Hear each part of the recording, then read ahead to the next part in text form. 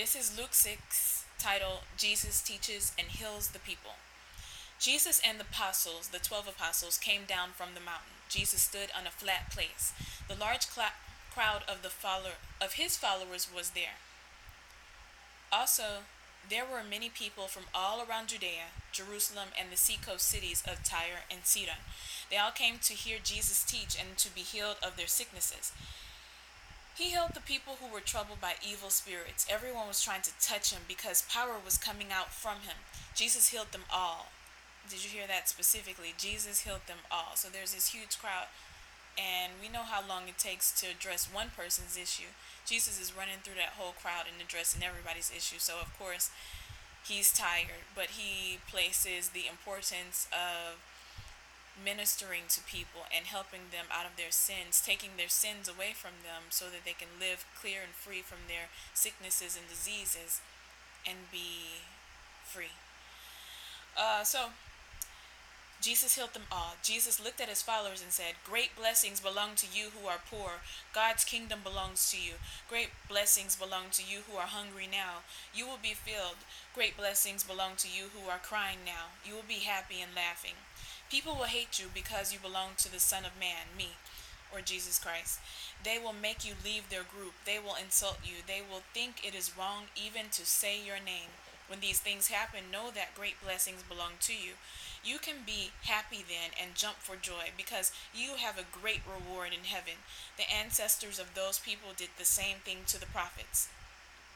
But how bad it will be for you rich people because you had your life easy.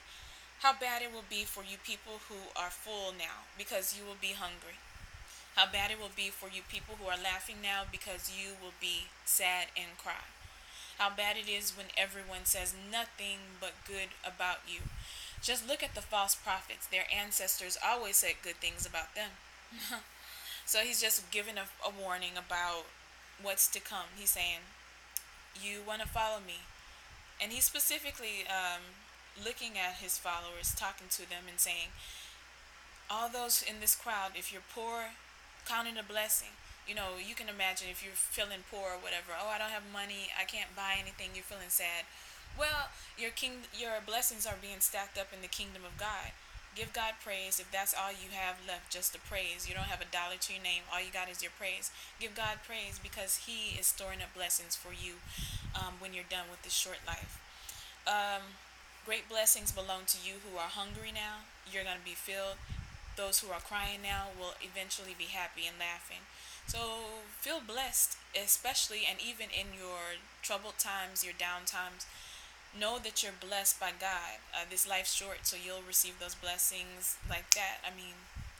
And don't do it for the blessings. Don't praise God for the blessings, but be thankful that those are just like an added benefit of you willingly praising and giving love in a relationship to God. Then he goes on and just saying, people are gonna hate you. That's the warning. The people who are about to kill me. They will hate you, says Jesus Christ. And don't worry if they do. Jump for joy because your reward is in heaven. And lastly, he says, how bad it will be for rich people because you had an easy life. And that doesn't necessarily mean all rich people, but he's really addressing those who are rich, who doesn't care about anybody else's life, who just walks around in arrogance saying, I'm all that and a bag of chips, and I have it all, and life's great, and they don't have any worries or concerns, and because of that, they have no need to pray to God and ask Him for anything because it's all silver spooned over to them.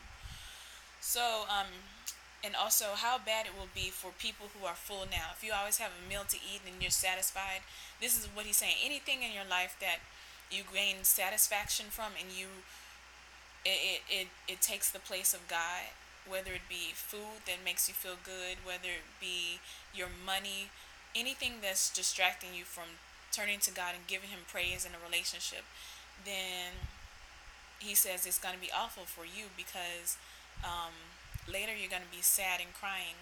Later you'll be hungry. Later you'll have a bad life. You won't have an easy life. So he's just saying, I'm coming to flip the script on everything that you ever known. This is a new teaching. This is a new thing. And in the video that I tried to make before this, I was saying that if you want to, sometimes in this world, you have to acknowledge in this world that a lot of evil things go on. So if you want to know what's real, what's true, what's good, sometimes you have to use your thought to flip the normal thinking in this world, and then focus on knowing that this world is designed to be evil. People are killing, raping, murdering, doing all kind of weird things, and that's what's making this world evil. But there are still good people, of course, in the world, but that doesn't mean everyone else around you is good. So if the way that the world thinks, it tries to many the thinking of the world tries to incorporate you into thinking all the negatives. Like, for example, what's the hot shows on TV? I don't watch them, but you have all these shows like the Hot Housewives of Atlanta, or and then on these shows, all it is drama, arguments. I mean, the top shows are always the drama field. I mean, nobody would just sit down and see and watch a show about somebody praising God, or we all reserve that for a Sunday. Oh, that's Sunday's day for talking about God. But on every other day, let's get rowdy. Let's watch all these TVs. Let's listen to this kind of music, which is music I listen to too.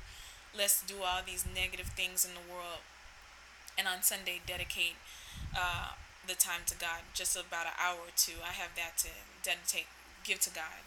So you can see the negative things in this world are constantly promoted.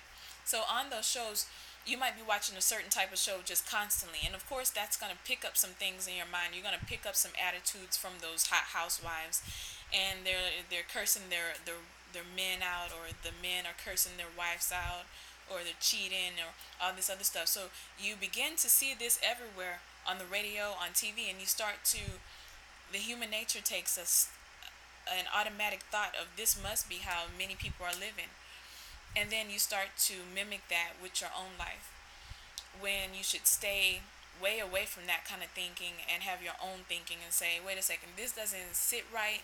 Why are people being so awful to each other? This is not how I want to be. But instead, people see that those people get awards for being on television and radio, and they're getting praise from here and there. So people start thinking this must be how it should be, since they are being congratulated for this kind of behavior. So that's where you have to flip the script and say, this is not the right thinking. God's way is the right thinking. But then again, sometimes you have to, well, not sometimes, all the time, you have to open your spirit and seek God, and not try to, but read His Word and get your spirit open, so that you can be open to knowing what's right and wrong, and you won't have to be deceived or tricked by anything. And let me change my sitting because my leg is stretched out. Okay, now, lastly, he's telling us, and don't be so happy if everybody's always saying nothing but good about you. That doesn't mean that you're doing good. Like I just said, that people get awards, congratulations, all day long for doing these kind of programs on TV or radio, and they're congratulated. But in the sense of things, they've done nothing positive, nothing deserving praise or any kind of congratulations. So Jesus is saying, look, people are going to try to, it's an evil world, and evil wants to promote evil and wants it to keep going. So it's going to find a way to promote evil agendas, and it's going to congratulate evil and applaud evil. But don't get tricked, don't get fooled, and think that just because somebody is saying good about someone else. Oh, the last time I used Trump as an example. Just because everybody's saying something good about Trump doesn't mean that that it is something good. Anybody can come to you with a lie. That's how many people deceive people. And that's why when a crime is committed, or a murder, then the person's friend or neighbor would say, wow, that person was usually a good person. I don't know what happened to him. I wouldn't believe they did something like this. But that's the trick of evil. It comes and promotes to you a certain image, so you can believe this is what's going on. But really, there's tactics underneath to deceive you. So usually the person who's this is what I said before too. Usually the person who's outgoing and having good conversation and they look like they have nothing to hide, like Trump. He looks like he has nothing to hide because he comes out and just spits out everything, and it seems like, oh, he's not holding back anything. He talks what he feels. He speaks his mind. I like that kind of person. When really that person just tells you the half of the story and the rest of it's hiding in their agendas, and you don't find out until later on. So don't get excited and look around and say, wow, everybody's saying good things about such and such Trump, whoever it is. That doesn't mean they're a good person or doing anything good or having any intentions that are positive. That just means that they were able to um, gain people's trust, and whether they live up to those people's trust or not is for the future to determine. So, like I said in the last video, I'm starting something new where I just cut this off on each section and make the video shorter, which is the best idea.